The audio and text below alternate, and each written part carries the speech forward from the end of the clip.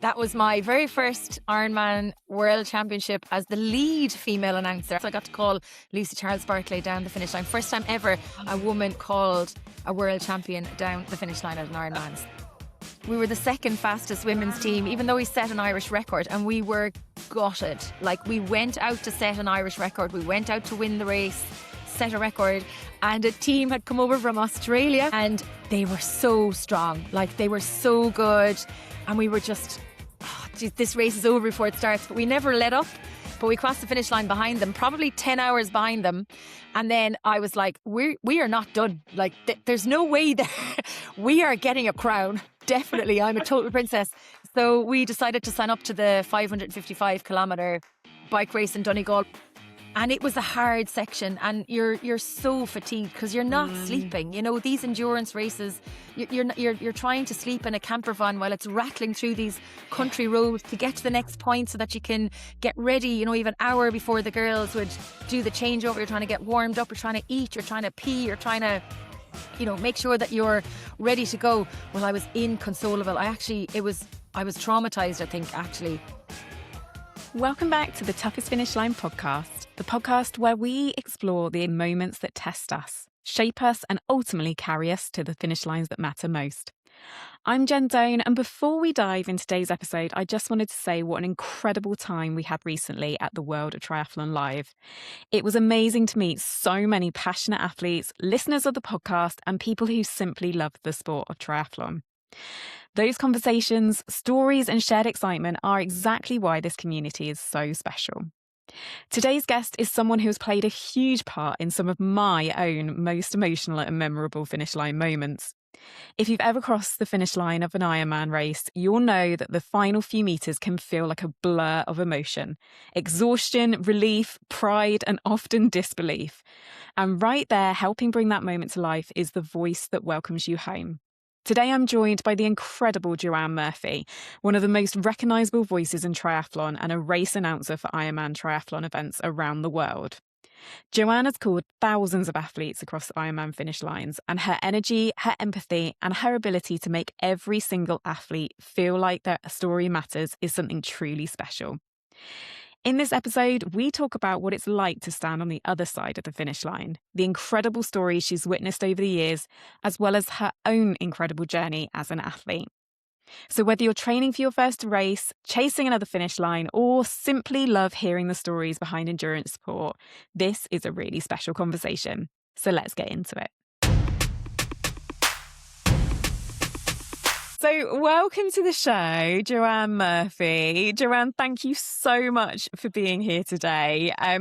Now, I will start by saying whenever I hear your voice, it gives me such a wave of emotions, all in a good way. But you have called me across the Ironman finish line 5 out of my 6 races. And genuinely, hearing your voice, it just brings so many emotions, all positive, about incredible memories during the race. And hearing your voice in Leeds, echoing around the park, it got me through so many tough points within races. So I wanted to start off by saying thank you for helping me get through some very tough finish lines. And we will come on to talk more about how life is as a female announcer for Ironman. But I wanted to talk about how you started in sport and a little bit about you, because you've done some pretty incredible races. When I was doing some research for this, you've done a lot, including setting a record for cycling around Ireland. So how did you first get into sport? Well, thanks so much, Jen, for having me on the show, first of all. Wow, what a statistic. Sorry, coming right back to you. Forget about me for a minute. 5 out of the 6 Ironman races that you did. That's incredible. Well, congratulations. And before we continue, which was your most memorable finish line? It's got to be Ironman World Champs 2023, as that was my first World Championships, and was the most incredible memory running down that finish line in Kona. That was my very first Ironman World Championship as the lead female announcer. I hadn't just joined the team. I joined the team in 2022, but I was actually the lead announcer. So I got to call Lucy Charles-Barclay down the finish line. First time ever a woman called a world champion down the finish line at an Ironman. So Amazing. World Championship, yeah. So that was pretty cool. I'm not sure we've enough time on the podcast, Jen, for the whole story about how I got into triathlon. So I'm from Ireland, obviously, from a little place in Cork, a very, very small place in Cork. It's not even a village. It's like a rural area, very small school. And I now live in Galway in the west of Ireland. So sadly, my dad passed away in 2004, and my mum is from Galway and she wanted to move home. So I was living in Dublin at the time, and my sister was living with my mum and dad at the time, obviously, until he passed. And we moved lock, stock and barrel to Galway. So that's kind of like one part of my story. But I suppose I've always been sporty. I was an Irish dancer actually as a kid. Oh, were Irish danced you? for years. I loved it. But because we were from such a small community, when I was 14, I was probably playing ladies senior camogie, like, you know, the Irish women's sport with Yeah. the hurl, you know, the women's version of I've hurling. seen it. So I was playing with people who were, you know, 10 to 15 years older than me and even older. Like, so to field a team, we were all playing sport at a really young age. And so I loved sport, like really enjoyed it, played it community level, played it in school through primary, secondary, and then in the university I switched up. So I've played everything from basketball, hockey, camogie, badminton. I played soccer. Oh my goodness. I've played rugby. I played tag rugby. I've togged out for the province here in Ireland in Connacht. I was a really bad rugby player. Really bad, but all been team sports really, until I started working in the charity sector when I moved. Eventually, once I moved to Galway, I had a couple of jobs, and then I moved into fundraising. And I was with one organisation for years, Enable Ireland, and they used to have this opportunity for people to go run the marathon as a fundraiser. And so I got the opportunity to go to New York. Somebody pulled out the last minute, and I was like, I'm happy to take this spot. I haven't really trained, but sure, hey ho, let's go. 26.2 miles between me and some fabulous shopping on Fifth Avenue. So I took the slot, did the fundraising, did a bit of training, and off I went. So that was probably my first foray into kind of individual sports. Can't say I loved the running, but I loved the shopping. I did go back a second time. And in the meantime, we had set up a tag rugby team at work. And that's how I ended up playing rugby. And then everybody seemed to be getting into this sport called triathlon at the time. It was around 2009, I think. And so I still was playing team sports at the time, but I used to cycle as a kid with my dad. There's a photograph of me like when I was maybe 10 or 11 years of age, and I'm flying down the country road. Fabulous picture. I love it.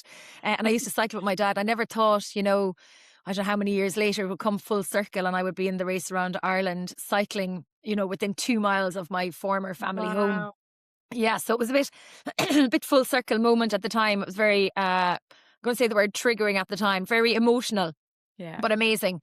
Excuse me. And anyway, in Galway, 2009, everybody was taking up cycling and this sport called triathlon, maybe 2008. And I was like, yeah, I used to cycle as a kid. I think I could do this. So I ended up starting cycling with some of the guys that were playing tag rugby. And then there was a triathlon happening in Galway as part of the Volvo Ocean Race stopover, and literally I couldn't swim.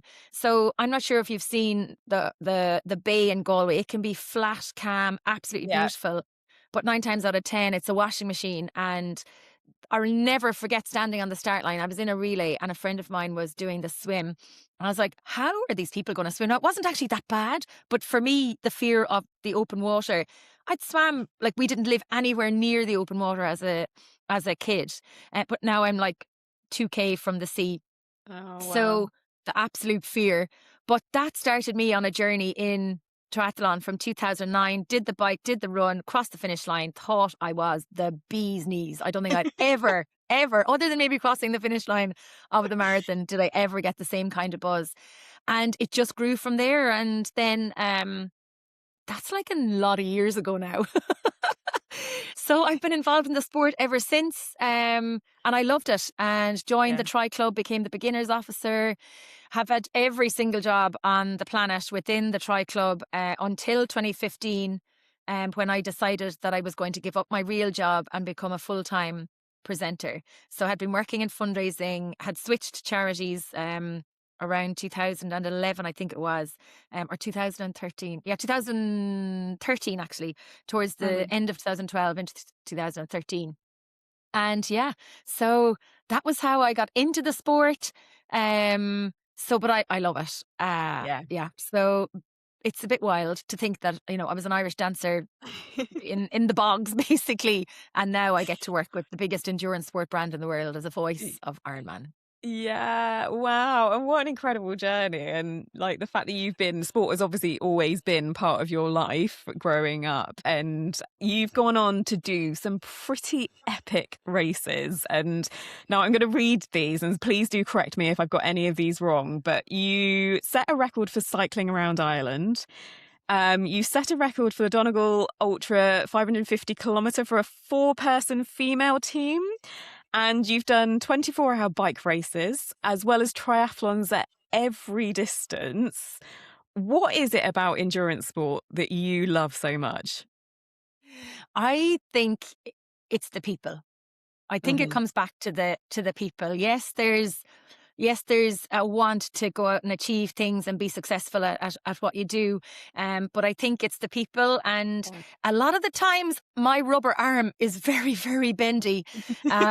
So within the Tri Club, there's a great crew of us, and back, 2000 and say even 10, 11, 12, 13, 14, 15, before Ironman came to Ireland in Galway in 2011, and we saw a big jump in numbers from maybe a club of 70 to 80 people up to about 150 or 160 people over that period of time. So the sport of triathlon is such a young sport, and then Ironman really had never reached Ironman had never reached our shores pretty much. As a brand and as a race for people to do an Ironman or an Ironman 70.3.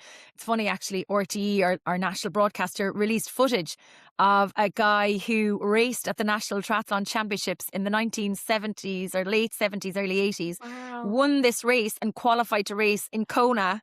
And so I was watching all these archives back. So it's very interesting, but Ironman had never actually held a race here in Ireland until 2011. So everything is like the people, because your arm gets twisted. The people I was really close with in the Tri Club, the race around Ireland was happening, and we were literally sitting in a coffee shop. I've stopped going to this coffee shop now because this is where all the trouble starts. I'm joking, I haven't. But she basically said, "Oh my word, this is amazing. 2,200 and whatever kilometres around Ireland. Do you think, could we put a team together?" I was like, "Are you having a laugh? No way. Like, I'm not." And considering I had only really stopped full-time working in 2015 to pursue my passion for being a presenter, this was happening in August 2016. So I was only a wet week really in being my own boss and trying to build my brand and take every opportunity that I could to be a presenter.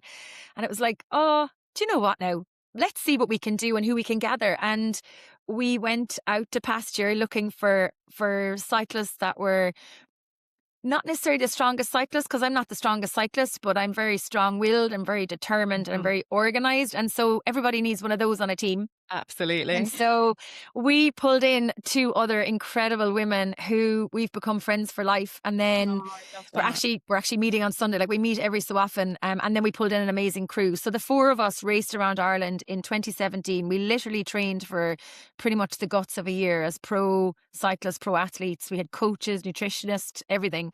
And then our crew, like for actual racing, came and joined us. We did training weekends. We had so much fun. Like, it was probably the best and worst experience of my whole entire sporting life, and probably of my life. It was just so much fun, but then so difficult. And we came second. We were the second fastest women's team, even though we set an Irish record, and we were gutted. Like, we went out to set an Irish record. We went out to win the race, set a record, and a team had come over from Australia, and one of the girls was from Northern Ireland. So there was a little bit of an Irish connection there, and they were so strong. Like, they were so good, and we were just, oh, geez, this race is over before it starts. But we never let up. But we crossed the finish line behind them, probably 10 hours behind them. And then I was like, we are not done. Like, there's no way that we are getting a crown. Definitely, I'm a total princess. So we decided to sign up to the 555 kilometre bike race in Donegal. We'd already done a lot of the route through the race around Ireland. And so we won that race and we set a record there. And it still Amazing. stands. All our records still Wow. stands. Yeah, so it's brilliant. But coming back to your question, what is it about endurance sport? I think it's the people, because Mhm. the people are what keep you going. You can have an idea of, I want to do this, I want to prove this, I want to be this. But if you're a lone ranger, it's very, very difficult to do any Yeah. of these kind of things. But if you have the support of your family or your friends, your tri club are your biggest competitors on race day, but they're your biggest cheerleaders as well. Yeah. And so I think the bond that we build with the people that we spend so much time with, away from our families, we Yeah. spend so much time with the athletes, whether you're swimming or cycling or running or whatever you're doing. And it's funny, I don't know if you find this, Jen, but sometimes people be like, oh, are you off with your other friends? Yeah. It's either side. It's like the triathletes are like, oh, what do you mean you're not around for the bike ride on Sunday? Are you with your other friends? And then the other friends are like, what do you mean you're going out on your bike again? Will you ever cop on? Get a life. Yep. Yeah. It's quite a hard balance, isn't it? Between making sure your friends are happy, but also that amazing community that is the triathlon community, which absolutely, I mean, I definitely, even online now, just you can put a question out and so many people will answer it and support you. And you've never met these people, but they're still supporting you, which is But great. but I think as well, we as a group of people, or maybe a type of people, our personalities, we want to absorb everything. We like the amount of people who've learned to swim from YouTube videos is incredible.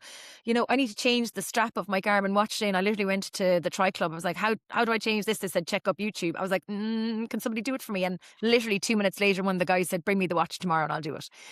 So it doesn't matter whether it's, fixing a puncture on the side of the road or not Yeah. having cash for the coffee stop, for a cup of tea, or needing, advice on equipment or trying a tri suit, or, it doesn't really matter. The No. community, they're so open Yeah. to helping everybody. And I think that's why I like the idea of, yes, they're my biggest competitors. The biggest competitor to myself is myself ultimately in a race, but they're your biggest competitors. But underneath it all, Yeah. if you're lucky enough to have a community of people around you, they're your biggest cheerleaders as well. And I think that's so important, because what we do is not for everybody.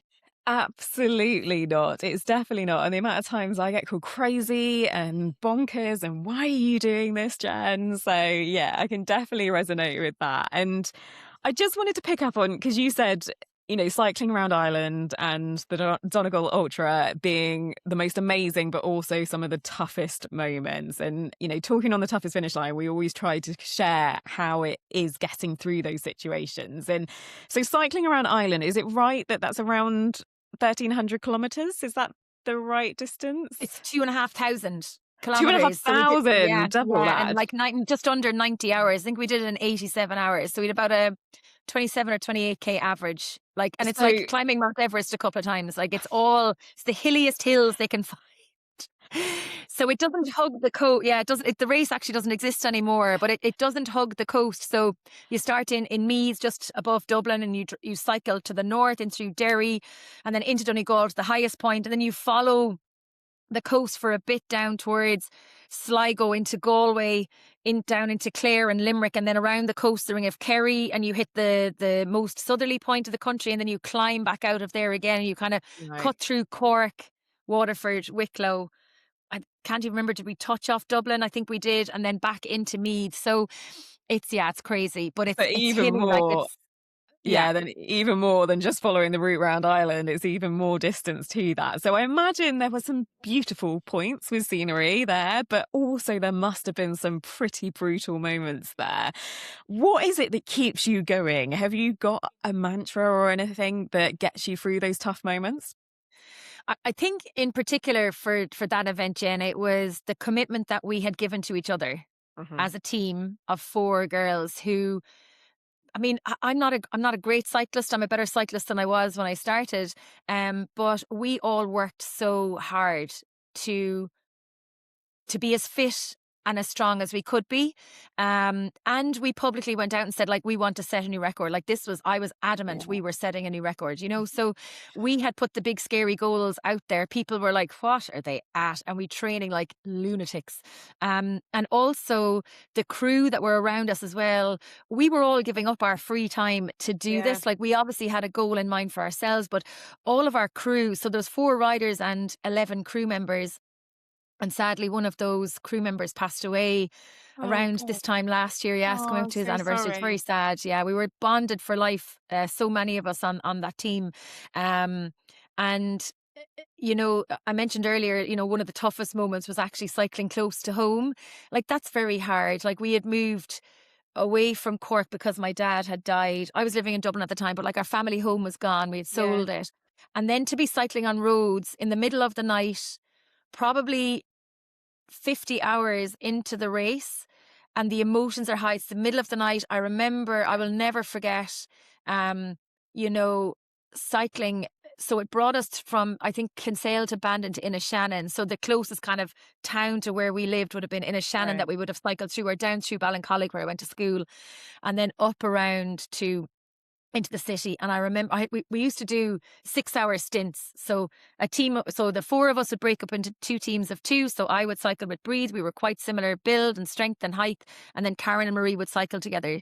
Again, similar build, strength and ability. So if something happened my bike, they just pulled Breed's bike out or whatever, you know. So there was a lot of strategic stuff going on. But I remember getting off the bike in Cork at that point, that we were so close to home, and I was inconsolable. Wow. The grief, the sadness, the elation that I had done another stint, that we'd gotten through a really hard section. It was so hard. And it was a hard section, and you're so fatigued because you're not sleeping. You know, these endurance races, you're trying to sleep in a camper van while it's rattling through these country roads to get to the next point so that you can get ready, you know, even an hour before the girls would do the changeover. You're trying to get warmed up, you're trying to eat, you're trying to pee, you're trying to, you know, make sure that you're ready to go. Well, I was inconsolable. I was traumatized, I think, actually. But coming back to that question of, you know, what keeps you going, the support I got from everybody on the team. And there was, you know, God, this sounds really sad, what we went through, but Marie, one of the riders whose husband has actually passed away, her dad died while we were doing the cycle. Oh my goodness. So she was on the bike when the word came through. So when we were up the north, up towards the northwest in Donegal, Marie, when she was on her 6 hours off, got to go into her dad and say her goodbyes, and then took over on the bike from us. And so maybe 30 hours later, 24 hours later, we got word that Marie's dad had passed. And we literally were like, even though we have all done so much to do this, this is your choice. Like, if you want to finish, we're done. And she was like, no. You know, he was such a fan of her achievements. She was an exceptional cyclist and a former elite Irish athlete. She was super, and she just said, you know, let's go. So it's really difficult. Like, there's times it's so difficult. It's so hard. Like, the strength of character, the mental resilience that she had to like put all of that grief aside and to keep cycling. Like, how do you not go through the pain? Because every single time I felt like quitting, I thought of Marie. Yeah, absolutely. And you know, you know, and you wonder how you do it, and you think, you know, what would my dad say? You know, what would he have said? How proud of him, of me would he have been, of me actually having the balls to sign up to this race and to drive forward and put everything in place to try and do this. And I don't know why I signed up to it. I think because, as I mentioned, my rubber arm got twisted, but it was one of the most exhilarating experiences of my life. And I think probably of everything I've achieved, it's probably one of the things I am most proud of. I'm so proud of how we trained, how we worked together, how we brought the team together, how we didn't kill each other, Yeah. how we just kept going when the going was tough. And I'm telling you, it was tough, Jen. Like Yeah. it was so, so hard. Myself and Breathe were sick at one point. Like you were getting on your bike and you had nothing in your belly and you were just like, I don't know what way this is going to go. It could come up, it could come out, it could come anywhere. We don't, not being graphic about it, but like No, this is, this is literally, quite right. what we did. So you talk about a toughest finish line. I will never, ever, ever forget the elation of crossing the finish line. And you know what was amazing? All the way throughout the course, people could track us. Yeah. There was like a dot watching. So that's part of the whole endurance world as well, in terms of multi-day, things like that, was tracking the dots. And I kept getting updates from home. My mum was like, every Oh, time I was on the bike, even if it was the middle of the night, she'd get up and she'd be tracking. She's like, I can't sleep until Joanna's off the bike, that kind of way. But my sister used to send photographs of mum. She'd be watching the telly, she'd have the laptop out and she'd be, trying to get the updates. But everywhere we went, there was people with signs for wow. us. People cheering us on, even in the depths of the middle of the night. It was just amazing. And coming through into Galway, there were signs up all the way through Connemara, go on the babes, our names up. It Love was that. just, yeah, I think we kind of captured the imagination of the people who were supporting us and beyond. Mhm. And everybody got stuck in with us. So again, it's not just our small community of the riders and the crew, No. but it was our family. It was friends of family. Like there was meetups happening outside the local church that we were all going to be flying past. There was people in another junction and they were all coordinating, going, they're coming now or they're whatever. And we'd be out the window waving in the middle of the night. And yeah, it was just amazing. But I think, you talk about the toughest finish line, and in particular when it comes to Ironman, all the training and preparation that you do, it's the toughest part of an Ironman or Absolutely. a triathlon. But realistically, the toughest part of the race around Ireland was actually everything we went through as a team during Yeah. those odd 90 hours or whatever it was. So it was probably my best and toughest finish line because of who I was with. With the resounding success of the first edition of World of Triathlon Live, the organisers are excited to announce the dates for year 2, the 10th and 11th of April 2027. Expect more of the same inspirational interviews from the sport's biggest stars, learning from experts and getting hands-on with some of the best multi-sports brands.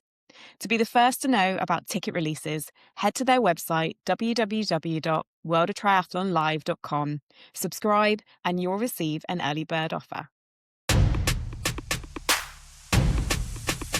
And that went off in a big ramble, and I'm so sorry if I've upset anybody or anything, No, well, on the show. And I'm sure there's lots of people who have, lost loved ones. But when you lose somebody like that and you're mm, young when it happens, your life changes. yeah, Everything changes. The focus changes. yeah, And so to put yourself out there and to try and do something that you want to be proud of, but that that if that person was alive would be proud of. And I know my oh, mum and my sister and all my friends and everyone are proud of me as well. But there's a vital piece of the puzzle missing and you never get over that.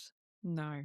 Absolutely not. And I mean, just thank you for sharing that, because what an inspiring story about resilience to keep on going. And I'm sure that the pride that came from all your family and for all the girls who were riding at the time, I imagine that there were a lot of tears at that finish line for sure. But also thinking about the amount of people who you must have inspired, and even just sharing that story there, who you continue to inspire. There was a reason you did that race and you kept going during that really, really Mm. tough time. So thank you for sharing that. And I know that you still, I see on your social media how you're still training, and with your job, you obviously travel all around the world. And so I find it amazing how you still get it in. But have you got a favourite place where you get to work out at the moment in your travels? Oh, my favorite place to probably work out is at home, as in Galway. It's a privilege to be on the road and a privilege to get to travel to all these amazing places. But we were cycling today, and for the first time in I don't know how long, we had a 2.5 hour spin where there wasn't any rain. It was all blue skies, and we literally were on the back country roads Oh, on our wow. gravel bikes. And myself and the girl I was cycling with, I was like, this is just the bomb. Like, it is so good. It's amazing. There's a tailwind. We've worked hard to get to get in front of the tailwind. But like, we could be anywhere. And what a joy to be out on a Friday. And it was like, have we time for coffee? Probably not, but we're going for one, And so I do get to travel to loads of fantastic places, but there's not a huge amount of opportunity to get out on my bike, which is my favorite of the Yeah. 3 disciplines, which is not surprising. Now, I have embraced running a bit more. I am enjoying it. I'm not injured. I've a lot of trouble with my hips because I've come off my bike twice very badly. Once hurt my hips, the other hurt my elbow. And so I have to manage those kind of injuries and stuff or whatever. But the running was really always one that I was like, oh, it's just too hard. But I'm actually really enjoying it now. And I actually just love the freedom of being able to get out when I can. Yeah. But sometimes there's no place like home. And I am, however, very excited to go to South Africa next week. So that's what I'm training for at the moment. Paul Kay, one of my fellow Ironman announcers, and our race DJ Dane Lee, both live in South Africa. We work across the World Championship events and many other Ironman events. They convinced me to come out to South Africa a week before our race, which is the Cape Epic, the ABSA Cape Epic, which is like a premier 8-day mountain bike race, which I'm really excited for. They were like, come out the week early. We're both working the cycle tour. You can do this 109k cycle. And I was like, oh, yes, sounds good. Is there a shorter version? They're like, no, you can't do the shorter version. So it's 109k, 1200 meters of Wow. elevation, which is, I think, around 4,000 feet. So I've been cramming like a divil on my gravel bike, refusing to get on the turbo and just going out in all kinds of weather. So I am excited for that. And what a way to see the Cape and enjoy Cape Absolutely. Town. So what I love as well about the job and about being able to train when I'm away is it's not so much training, but just it's life. It's like it's a lifestyle. And so being able to run, even before I ever did triathlon, when I was kind of running that time around the marathon, if I was on holidays, I'd always pack my runners and go for a little run, and kind of like you're almost doing, the recce of where are the shops, where's the coffee shop, Yeah. where's the beach. My mum and sister would still be in bed asleep and I'd be gone out running for an adventure. So there's definitely a thirst for adventure and curiosity. So I do enjoy it. I don't always get to do too much training when we're away, as you can imagine. You see yourself in Hawaii and Kona. It's full on. You need to be up at 5 or 6 in the morning to get your run done because it gets too hot. And then once people realize that you're out of bed, or it comes 8 o'clock, everyone is on site, even 7:30. Yeah. Everyone's on site, and my day would start pretty close to that then with different events, even in the build up to race day. And then by the time you finish, it's too hot, too late, too humid, can't be bothered. Exhausted. You're like, I'm saving myself, I'm tired, I need a nap. Or Yeah. you've homework to do. So even though you might not be public facing, you're in your room studying or trying to catch up on stuff, or you might have a panel or a press conference or the awards, you're going through your scripts, so your time isn't your own when you're on holidays.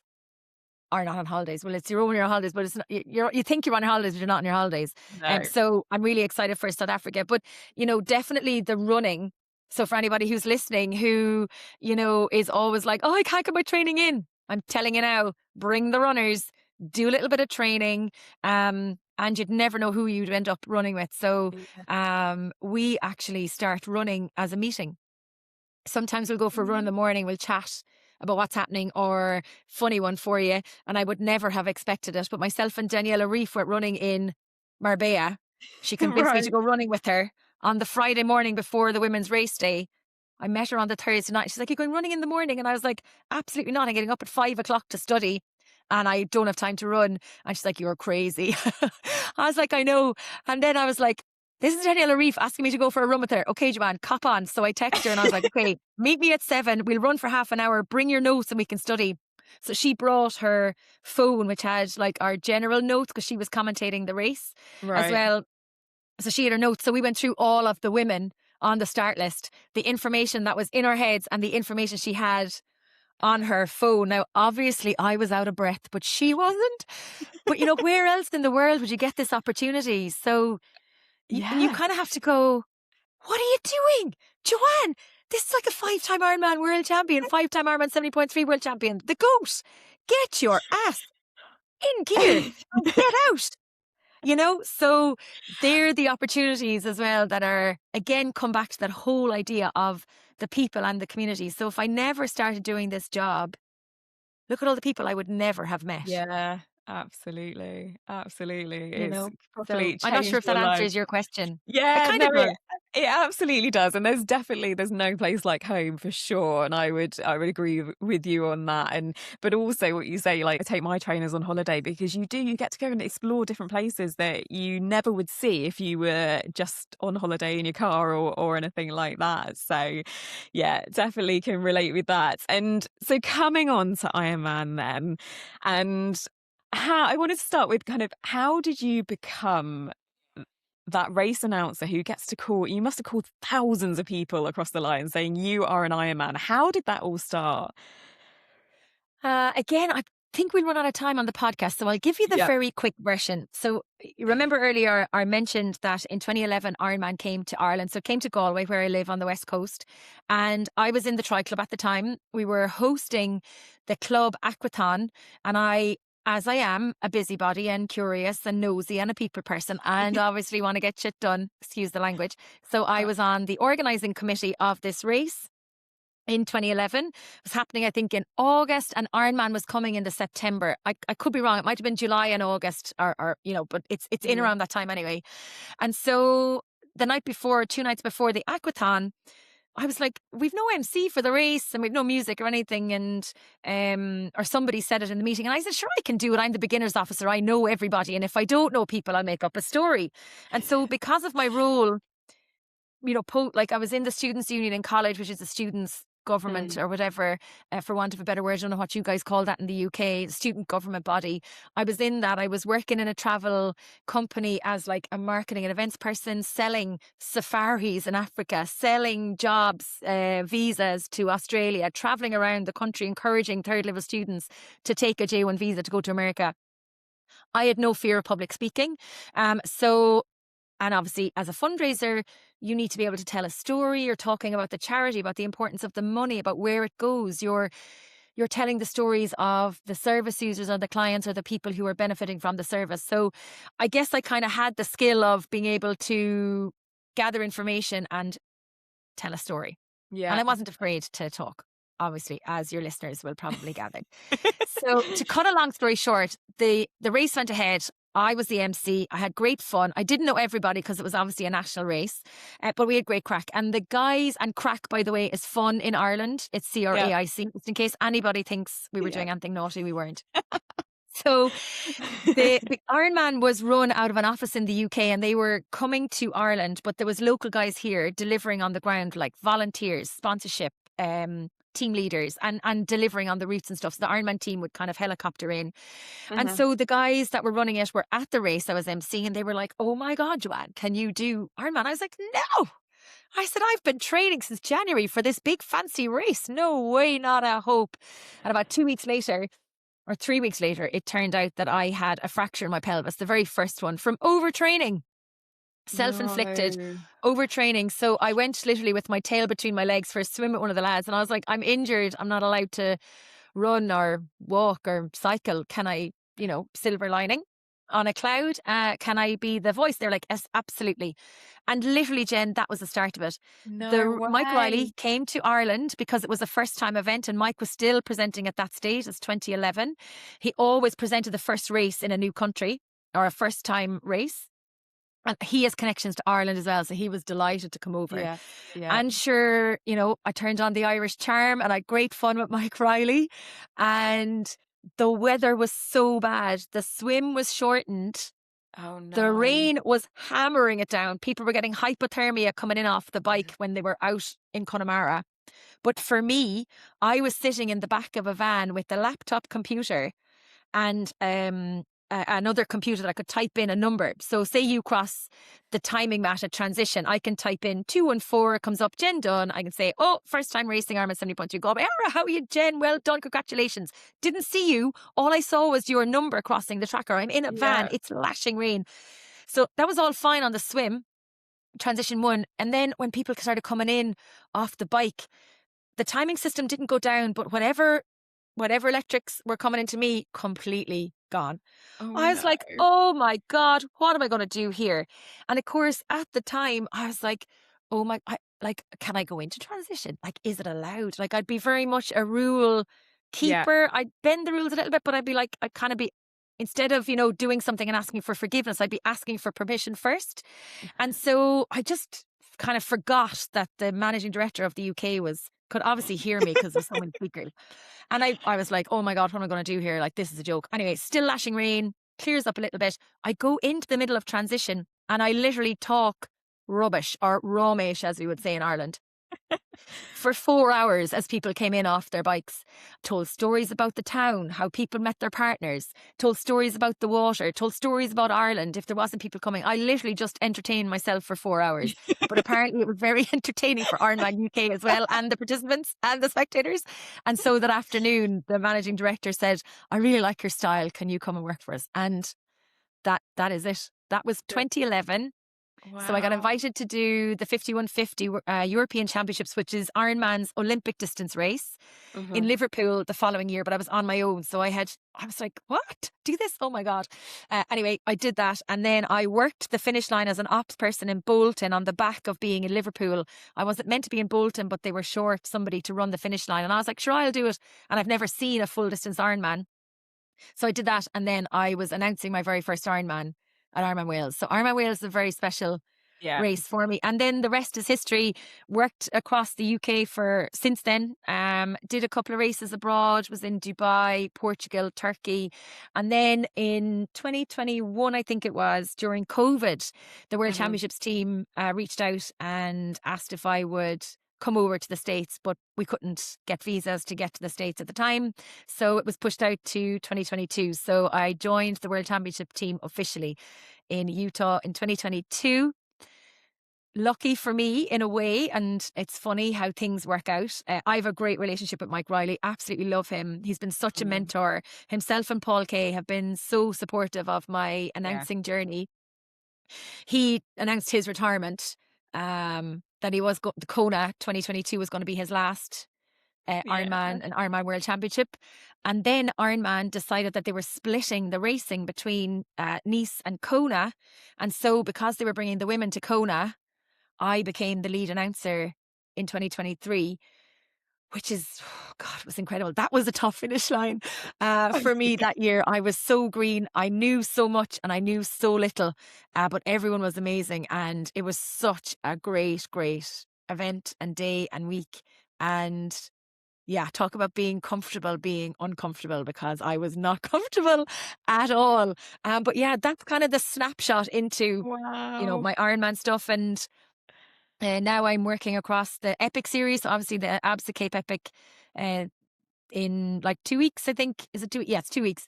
And then obviously working a couple of the other events. And this year I'll be moving into a little bit of UTMB racing as well. So yeah, and that's just the Ironman piece as well. So I do a lot of freelance other stuff. I'm contracted into Ironman, but I don't work full time for them. Yeah, so it's just been amazing. And I come back to the point of that little girl who was Irish dancing and 12 or 13, 14 years of age, maybe 15, and playing like senior camogie, to think that there's this tiny little place in rural Ireland and I came out of there and I'm on the world's biggest stage, on the world's biggest endurance finish line. It is, there's lots of pinch me moments, lots of, holy God, what am I doing here? How did I get here? But there's other moments of like, I am so grateful for the opportunities I've been given. I've worked really, really hard. But I just love it. Like, I love the people. I love the sport. I love the feeling of seeing people cross the finish line of an Ironman. And, the finish line never lies, Jen. Finish line never, ever lies. Ironman finish line. We get to see so many lives transformed. And I think that's equally as inspiring as doing it, seeing your friends doing it or whatever. You could be, you could just sign up to do something because there's a why, there's a want in you to prove yourself to yourself and to others. Imagine that validation of literally, I want to prove to myself that I can do a hard thing. And I'm there on the finish line going, you bloody did it. You are an Ironman. I mean, that's just one aspect of it. But, everybody is scared going to an Ironman or going to a triathlon. It doesn't have to be an Ironman. But I think what's very special about the privilege and the opportunity that I have is I get to see those transformations up front and personal. I see the woman on the sideline who's like bawling her eyes out going, I can't do this swim, there's no way I can do it. And then you're cheering her on and she's flying it through the swim and she's not last out of the water. And then you have the guy who was like real gung-ho on the start line. He's like, I can do this. And then he's the guy who's going to be last out of water. And you could see the power of like, I actually did it. I did this swim. And then they get on the bike and they come down the finish line. There's so many reasons why people sign up to an Ironman and to an Ironman 70.3. And I think every single time the Ironman finish line proves that ordinary people can do extraordinary things if they just try. Yeah. That's all you have to do is have the confidence to try, because your courage will come after that. Oh, and Joanne, it just gives me goosebumps, just the way you talk about the finish line, because it is such a special place, isn't it? And thank goodness you got that stress factor, to be honest, isn't it? That they say everything happens for a reason. And obviously you, with that overtraining, it got you to where you are today. And personally, I'm very grateful for that, because you've supported me no end without knowing it, to get me to that finish line. And I mean, it is such a special place, and definitely that last half hour before midnight and is just the buzz and the atmosphere is incredible. But I think that's one thing just to pick up on, because you've kind of touched on it, that the finish line obviously is the massive part of it, but your job is, I mean, my husband and I, we were talking about it when we were in Kona this year with you, and everywhere you went, you were there, you were presenting, you were hosting, you were back to back to back. And it's not just the finish line, but I think that's what makes the Ironman announcers so special, is because they are part of your race week, they are part of it. And so I just wondered whether you'd be happy just to share a little bit about the prep that you put in for a race, because it's not just turn up on race day, is it? No, absolutely not. I'm taking it away from World Champs, because that's obviously, that's an Ironman race multiplied a million times. Because before you even, by the time you get to race day, to put into context, you've probably already done a sprint distance race on Monday, an Olympic. And if you were an athlete, like if you put it into this kind of context, Paul and I would often discuss it.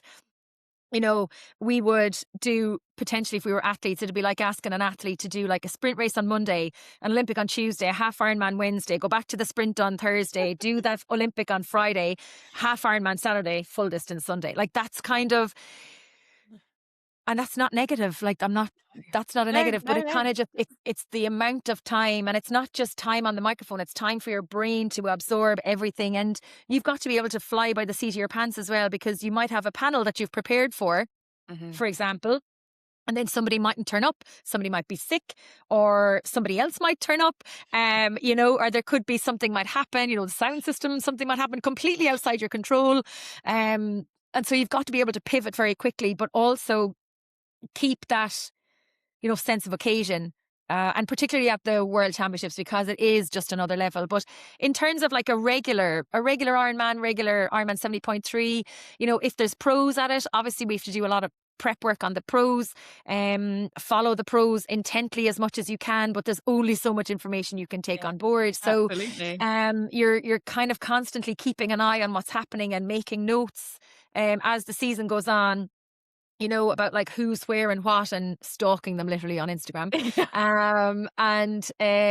So then there's also the production piece. So you work quite closely with the race director, discussing, and the DJ, obviously, if you have a DJ, discussing kind of the vibe and the theme and the song that they want played at the start line. So obviously if you're in the UK or Europe, it's Thunderstruck is what's played for the age groupers, but there might be a different song for the pro athletes, depending on what song the race director will want. So I love music, grew up with music.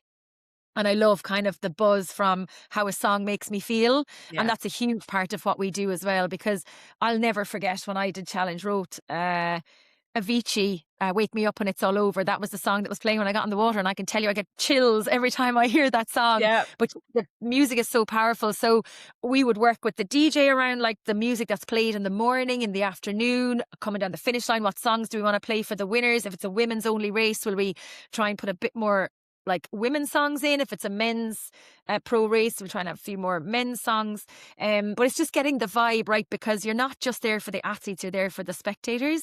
So it's kind of all encompassing. So obviously the production schedule is massive then as well, because we're on site, maybe 6 o'clock in the morning for a 7 a.m. start. So you're kind of running through all the bits and pieces, the announcements you need to make, and then all the cutoffs, and then there may be protocols. You might have anti-doping might be there, that you might need to interview an athlete and do a post-race press conference, but they're gone with WADA, so you can't do a podium. There's all these kind of things. So, and then the dignitaries might change on the finish line. And yeah, so there's just, I always say that preparing for a race day, whether it's a 5K or whether it's an Ironman, it's like preparing for what we would call here the Leaving Cert English paper 2, which is all the information. You've got to be able to spit out information, or preparing for an English exam, because you've got to be able to talk all day long. So it's probably like the A levels in the UK, but it is like studying for your exams every single time.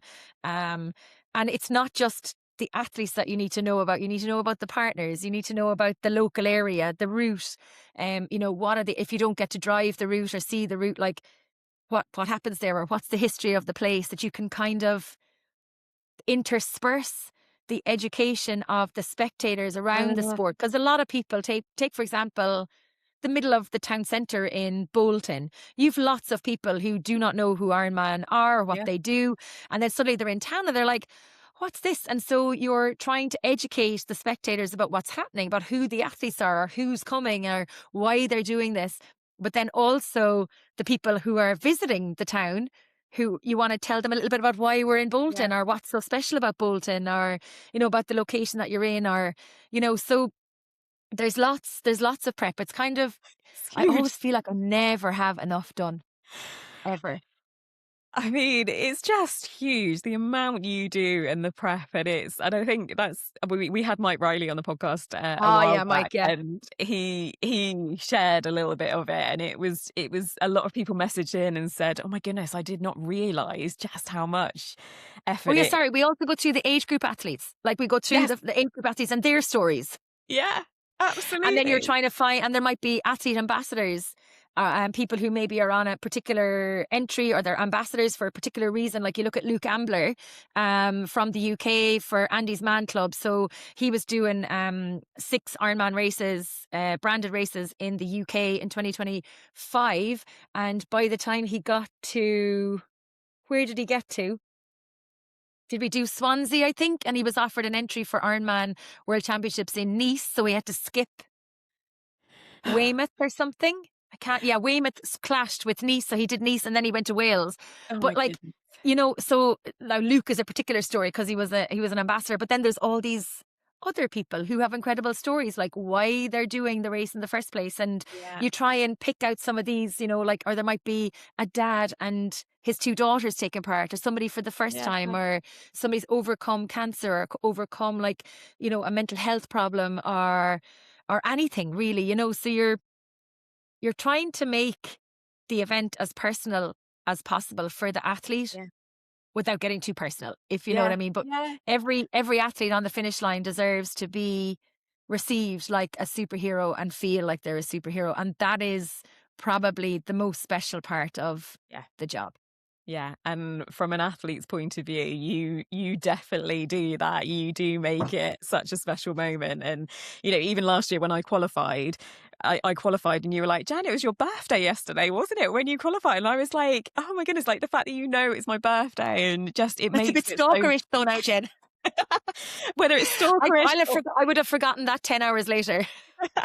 But it makes it special for that individual athlete, and I think that's Yeah, the yeah, beauty of yeah. Ironman is it's not just a race, it's the sheer production of it is so special. It makes it, because as you say, people have put hours of their life training for this thing, and so they each deserve their moment, and the Mhm. whole production of Ironman definitely does that. So yeah, it's a lot, and it's not just calling people down the finish line, it's knowing all of those stories, which is truly special. And it's trying to weave it all together as well. You Yeah, know, that it's, you know, you mentioned there about like being a voice everywhere. And it's like you're trying to put a ribbon on the victory lap for every yeah, athlete that's there. yeah, That's trying to yeah. do the race for whatever their reason, whether it's their first Ironman or their 101st.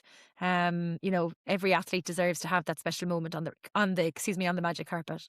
Yeah, and it definitely is a magic carpet for sure. And so I'm very aware of time, but I just wanted to touch on another piece of the amazing work that you do, because you're the first race that you did as the Ironman World Championship race announcer was the first female only race, which I was so honoured to be able to take part in that, because it was a truly special race. As you mentioned, it was very special, and I know that you advocate a lot for women in sport, and you do a lot of work around that. So, do you want to just talk a little bit about some of that work that you do? Yeah, I suppose it's kind of part and parcel of what I do, really, Jen. I love, you know, it's a real privilege to be on the finish line and to have that opportunity to call people across the line and see how from the terrified person who couldn't swim a length of the pool to somebody completing an Ironman, or to somebody who hadn't cycled a bike for 20 years, or somebody who thought they could never run a marathon, to see the transformation uh, o- on people when they cross the finish line, and to see them, to be part of that, that's a huge privilege. And I guess the position that I'm in is I'm very visible as a female in a very male dominated environment. Yeah.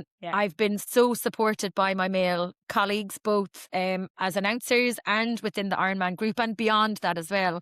Um, and that's hugely important that we have those male allies as females working in male dominated environments. Don't get me wrong, some of the boys really wreck my head, you know, some of them.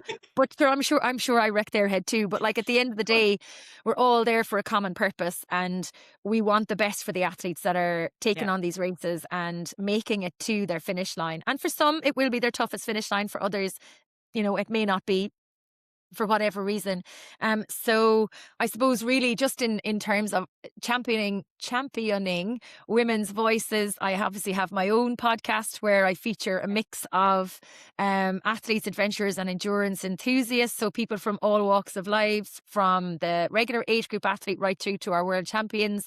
And then I also am a co-host of the Feisty Triathlon podcast, where myself and Kelly O'Mara and Katie Zafiris, we just literally chat about the races, we gossip, we feature some of the female athletes, age groupers and pros as well. And we just have some fun with it. And I think it's about being visible and kind of trying to prove through what I do myself on a daily basis. So going out on the bike spin today, I probably shouldn't have gone, but I needed to go. I did it. I'm hoping that somebody might have seen my social post and go, well, fair play to Joanne.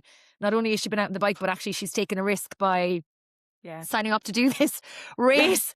And, you know, hopefully it all goes well. But you know what? If it doesn't matter, because I had the courage to actually say, do you know what? Flip it. Let's do it. And so a lot of the stuff that I do is trying to, through my, I mean, you don't have to be a skinny whippet to No. be a triathlete. And I think that's a misconception that a lot of people have, male and female. Yeah. You've got to have this perfect figure, this perfect body, fit Mm. into a tri-suit. I have a laugh. I wouldn't go to the pub with a lycra dressed as tight as I would when I turn up to the start line of a race or on my bike. It's so And yet we're true. expected to like swim, cycle and run with all our jiggly bits everywhere. So, you know, there's a big part of that as well, as like, I'm not a skinny woman. I'm strong, I'm fit, and I'm healthy. And Yeah. I get to do amazing things as part of my life, partly due to my job, but also because I want to be an inspiration to other people and to say, you know what? Jesus, if Joanne is doing that, maybe I can do something like that as well. And I think having the opportunity to weave the athletes' stories and share those stories amplifies the platform that I have as a global female announcer in a very, very male-dominated workspace, but also a male-dominated sport. Yeah. You know, so and also there was a campaign here years ago, not too many years ago, but it was, you know, if you can't be it, you can't see it. So I'm hoping that people see me and they go, geez, do you know what? That job wasn't there a few years ago. Look at the role Joanne has carved for herself. Is there something that I can do that allows me to go on a path, that allows me to find adventure, to find fun, to meet incredible people, and to be part of so many people's journey to the finish line? And it doesn't have to be a race announcer. It doesn't have to be a podcast host. It could be something in operations. Is there something that people can actually find where they're passionate about? And so I don't know if that's kind of answered your question, because there's loads of stuff we do like this. I could go down the route and talk about, you know, we feature women on the podcast. We try and encourage people to take part in women in sport things. We go to networking events where there's women involved. I give talks to people, to women, about being a female presenter, and about using your voice and how we should use it to amplify our own voices, and to be heard and to be visible. Like, that's all stuff that I can do, but from a personal perspective, like that's partly what drives me as well as the adventure and the curiosity is, you know, flip it. If I can inspire some other person to put on the tri-suit and be like, Jesus, my belly is massive, or my boobs are jiggling, because that's what's going through my head, as well as being, you know, fearful of the swim maybe, or worried I might get a puncture on the bike. But this is normality, you know. So, and I would definitely say, what I've found from my experience is that triathlon and endurance sport, there is a space for everyone. All abilities, all aspirations, it doesn't matter. You really just need to have the courage to try. And if there's one piece of advice that I could give your listeners, Jen, before we finish up, is if you can't find a tri club to join, find an online community, or listen to podcasts, or find an online community where, if you're uncomfortable, you know, sharing your own insights with men, find a women's group. Look at some of the Women for Tri stuff that Ironman are doing. But if you do have the opportunity to meet and train with like-minded people through a triathlon club, then jump at it, because you will get better because of the people that are in that club. I love that. And you've just answered my last question without me even having to ask it, because we always try to finish on that bit of advice to encourage people, and you've just summarized it so beautifully there. So Joanne, thank you so much for your time tonight. I could listen to you talk about things for hours and hours, so I'm so grateful for you giving up your time. What's your podcast? If people do want to listen to your podcast and follow you, what's the best way to do that? Yeah, it's very simple. If you want to follow it, you can follow Tri, so Tri Talking Sport, as available on all podcast platforms. But thank you so much, Jen, for having me on the show, and best of luck to you with all of your own plans for this year. Yes, thank you so much for your time.